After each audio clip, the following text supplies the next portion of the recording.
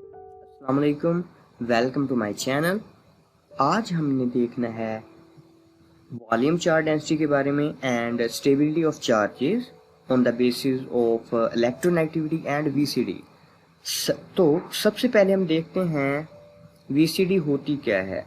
VCD is the charge is the magnitude of charge upon size. ठीक, मतलब कि अगर किसी एटम का साइज स्मॉल होगा तो वहाँ वीसीडी हाई होगी, और अगर एटम का साइज लार्ज होगा तो वीसीडी स्मॉल होगी।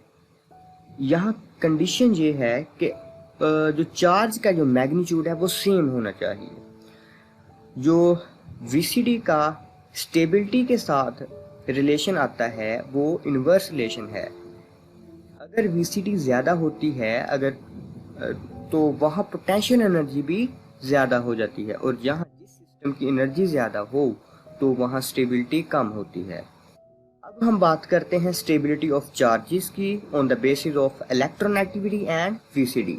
तो केस 1 में अगर बात करें तो अगर हमने जो एटम चूज़ किए हैं जिनको देखकर हम कोई चीज़ डिसाइड करने वाले हैं, जैसे हम इधर स्टेबिलिटी की बात कर रहे हैं, अगर वो एटम सेम पीरियड से ताल्लुक़ रखते हों, सेम पीरियड से बिलोंग करते हों, तो वहाँ हम स्टेबिलिटी को इलेक्ट्रोनेगेटिविटी से डिसाइड करेंगे, क्योंकि जो पीरियड है उसमें शेल इंक्रीज़ नहीं होते।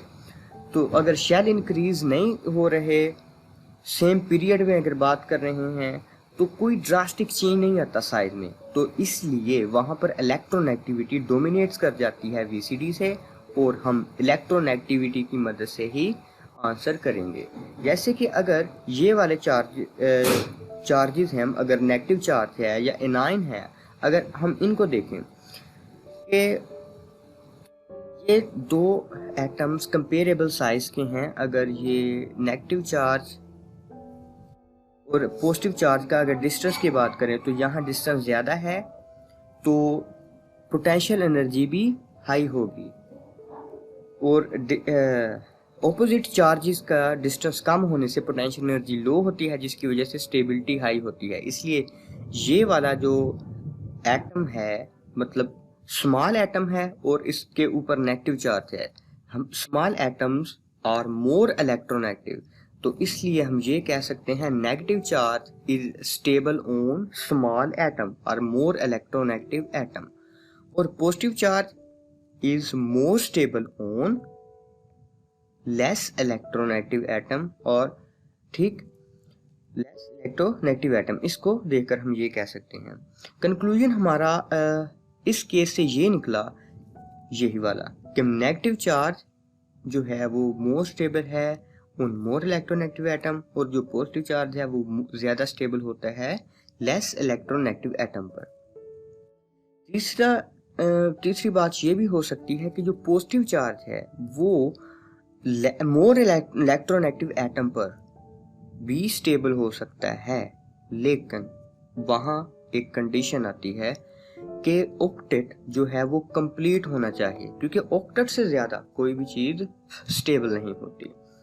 जैसे इन दोनों में बात करें तो यहाँ पर कार्बन के ऊपर पॉजिटिव चार्ज है और यहाँ ऑक्सीजन पे, लेकिन यहाँ पे ऑक्टेट हर एटम का कंप्लीट है। ठीक, तो positive charge on more electronegative atom can become stable if the octet is complete. तो स्टेबिलिटी का ऑर्डर आएगा, ये वाली जो ये वाला एनाइन कैटाइन है ये ज्यादा स्टेबल होगा as compare to first one से। ठीक, केस 2 की बात करें तो अगर की एटम जो आपने चूज किए हैं वो सेम ग्रुप से बिलोंग करते हों, क्योंकि ग्रुप में जो साइज है वो ड्रास्टिकली वेरी करता है, क्योंकि शेल इंक्रीज हो रहे होते हैं वन बाय वन अगर टॉप टू बॉटम आए, तो वहाँ पर अगर साइज वेरी करता है तो वीसीडी डोमिनेट कर जाती है इलेक्ट्रोनेगेटिविटी पर। तो हम स्टेबिलिटी का जो ऑर्डर है वो हम वीसीडी से डिसाइड करें। की बेस पर कुछ क्वेश्चंस हैं उनको सॉल्व आउट करते हैं। तो सबसे पहले तो आप ट्राई करें और इसकी स्टेबिलिटी की ऑर्डर आप देखें क्या निकलता है।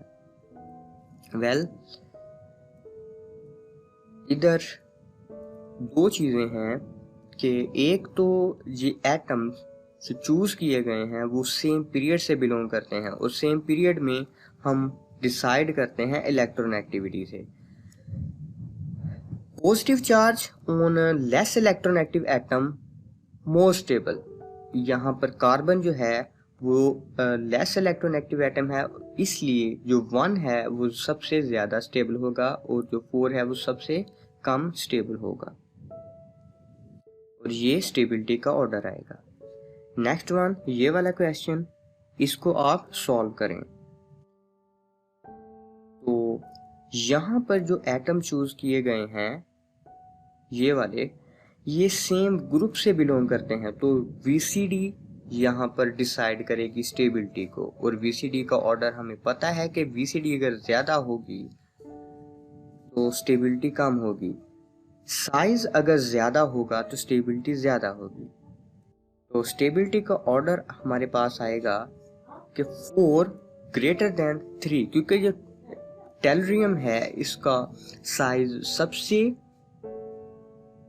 लार्ज होता है अपने ग्रुप में से, तो जहां पर साइज ज्यादा वहां पर VCD कम स्टेबिलिटी ज्यादा, तो ऑर्डर हमें ये मिलेगा। नेक्स्ट वन,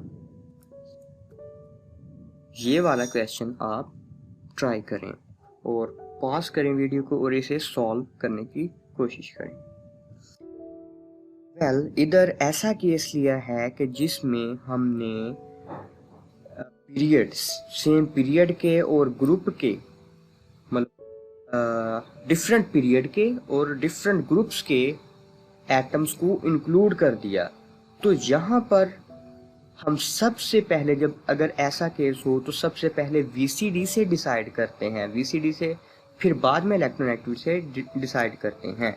तो VCD से अगर डिसाइड करें तो सल्फर, फास्फोरस और जो क्लोरीन है इनके ऊपर जो नेगेटिव चार्ज है वो स्टेबल होगा एज कंपेयर टू इनके ऊपर नेगेटिव चार्ज, क्योंकि इनका साइज कम है। अगर साइज कम होगा तो VCD के ज़्यादा हो जाने से स्टेबिलिटी कम हो जाएगी। जब हमने ये वाला एक ऑर्डर फाइंड किया, उसके बाद हमने इन सब को इलेक्ट्रोनेगेटिविटी के हिसाब से अरेंज करके अपना ऑर्डर निकाल लेना है। तो ऑर्डर स्टेबिलिटी का निकलेगा ये वाला। ओके, नेक्स्ट, ये वाला क्वेश्चन इंपॉर्टेंट है, आप इसे बहुत अच्छे से माइंड लड़ाएं और इसे सॉल्व करने की कोशिश करें। यहाँ पर एक केस ये है कि sp कार्बन के ऊपर नेगेटिव चार्ज और sp3 नाइट्रोजन के ऊपर नेगेटिव चार्ज। तो जो sp कार्बन होती है वो ज़्यादा इलेक्ट्रोनेगेटिव होती है एज कम्पेयर टू sp3, क्योंकि इनकी वैल्यू अगर कंपेयर करें तो इसकी 3.25 होती है और इसकी 3, ठीक है। तो स्टेबिलिटी का जो ऑर्डर है वो हमारे पास निकलेगा 1 ग्रेटर देन 2। ओके,